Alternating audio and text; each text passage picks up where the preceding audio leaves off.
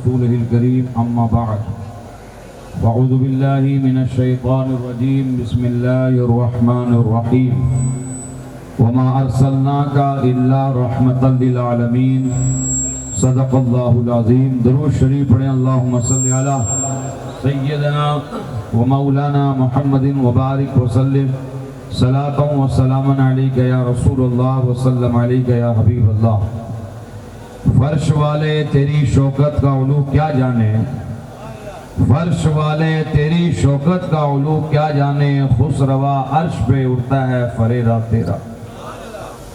حضرات، آج کا یہ مبارک مسعود بابرکت دن ہم سب کے لیے باعث رحمت اور باعث نجات اور بہت ہی متبرک دن ہے، جس دن کے صدقے میں اللہ تبارک و تعالیٰ نے ہمیں ہر طرح کی نعمتیں عطا فرمائی. اور قرآن مقدس میں فرمایا کہ وَمَا أَرْسَلْنَاكَ إِلَّا رَحْمَةً لِلْعَالَمِينَ، اے محبوب ہم نے آپ کو سارے عالمین کے لیے رحمت بنا کر مبعوث فرمایا. حضور کی ذات نبی رحمت صلی اللہ تعالیٰ علیہ وسلم کی پیدائش کا دن ہے، حضور کی ولادت باسعادت کا دن ہے. رسول اللہ 12 ربیع الاول شریف کو دوشنبہ یعنی پیر کے دن 20 اپریل سن 571 عیسوی کے اندر مکہ مکرمہ کی مقدس سرزمین پر حضرت سیدہ آمنہ رضی اللہ تعالی عنہ کے مکان میں پیدا ہوئے. اسی ولادت پاک کی خوشی کے اندر ہم اور آپ اس مبارک مسعود موقع پر جلوس محمدی کا اہتمام کرتے ہیں، جلسوں کا اہتمام کرتے ہیں، درود و سلام کے نذرانے عقیدت پیش کرتے ہیں.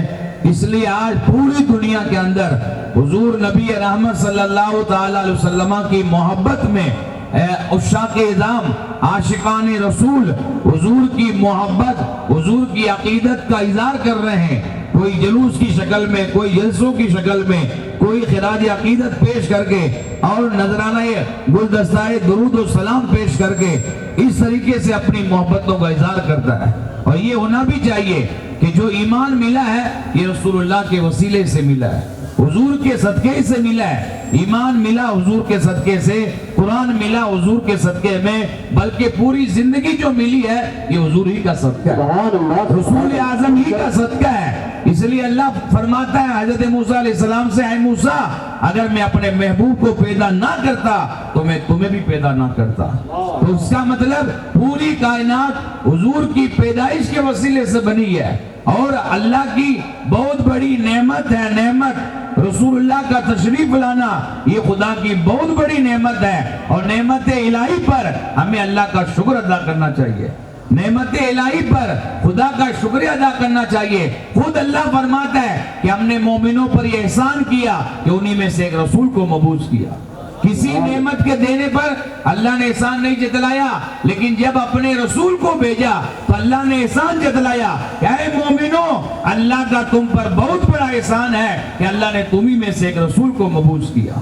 رسول اعظم رسول ہاشمی صلی اللہ تعالی علیہ وسلم کی آمد پر ہمیں اللہ کا شکر ادا کرنا ہے.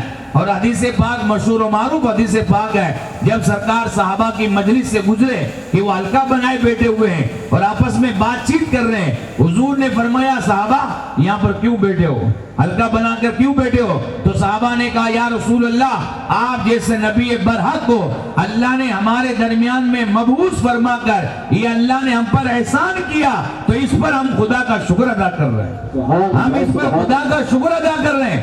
تو سرکار نے فرمایا تم قسم کھاؤ، قسم اس بیان کرو کہ قسم کھا کر کہ ہم لوگ اسی مقصد کے تحت میں بیٹھے ہیں. تو صحابہ نے قسم اٹھائی کہ ہم قسم سے کہتے ہیں کہ ہم اس لیے یہاں پر جمع ہوئے کہ تاکہ ہم خدا کا شکر ادا کریں، اور اللہ نے آپ کی بدولت ہمیں دین نصیب فرمایا، ہمیں اسلام کی دولت عطا فرمائی. تو پھر سرکار نے فرمایا اے میرے صحابہ میں نے تم سے قسم اس لیے نہیں لی کہ میرا تم پر کوئی اعتماد نہیں، بلکہ تم پر میرا اعتماد ہے.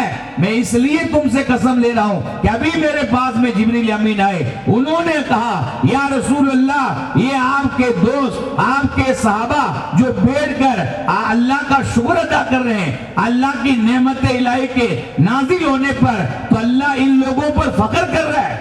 خدا ان پر فخر کر رہا ہے، تو آپ بھی آپ بیٹھے ہیں کس کی محبت میں بیٹھے ہیں؟ رسول اللہ کی محبت میں بیٹھے ہیں، حضور کی محبت کے لیے آئے ہیں، آپ حضور کی عقیدت میں آپ آئے ہیں، تو اپنے رسول اللہ صلی اللہ تعالیٰ علیہ وسلم کے ذکر کے لیے، سیرت سننے کے لیے، رسول اللہ کے اوصاف حمیدہ خوبیاں سننے کے لیے ہم ایک جگہ پر جمع ہوئے ہیں، تو گویا کہ ایسی مجلسوں پر اللہ بھی فخر کرتا ہے۔ اور اس لیے سرکار نے فرمایا اپنی اولاد کو 3 چیزیں سکھا دو، ایک تو حضور کی محبت ان کے دلوں کے اندر پیوست کر دو، اور دوسری فرمایا حضور کی آل کی محبت، یعنی حضور کی اولاد کی محبت ان کے دلوں میں پیوست کر دو، اور قرآن عظیم کی عظمت ان کے دلوں میں پیوست کر دو۔ تو گویا کہ جنہوں نے رسول اللہ کی محبت، حضور کی آل کی محبت، قرآن کی محبت پیوست کر دی دلوں کے اندر، وہ کبھی بھٹک نہیں سکتا، وہ کبھی گمراہی کے راستے پر نہیں آ سکتا۔ کتنی ہمارے لیے خوش بختی ہے، کتنی بڑی سعادت مندی ہے کہ آج حضور کا ذکر حضور کی اولاد سے ہم سنیں گے، حضور کا ذکر حضور کی اولاد سے سنیں گے۔ غازی ملت، شہنشاہ خطابت حضرت علامہ شاہ سید ہاشمی میاں صاحب قبلہ، اشرف الجیلانی مقدس ذل و نورانی، کچوچہ مقدسہ آستانہ عالیہ محدث اعظم ہند جو تشریف لائیں اور پہلی بار آپ کے دیار میں آئے ہیں، یہ ہم سب کے لیے بڑی خوشی کی بات ہے۔ اس لیے آپ حضرات ایک جگہ پر جمع ہو کر بیٹھے، اطمینان سے بیٹھے۔ میرے لیے بہرحال وقت نہیں تھا، یہ تو ہمارے ہمدرد قوم و ملت بے گر اخلاص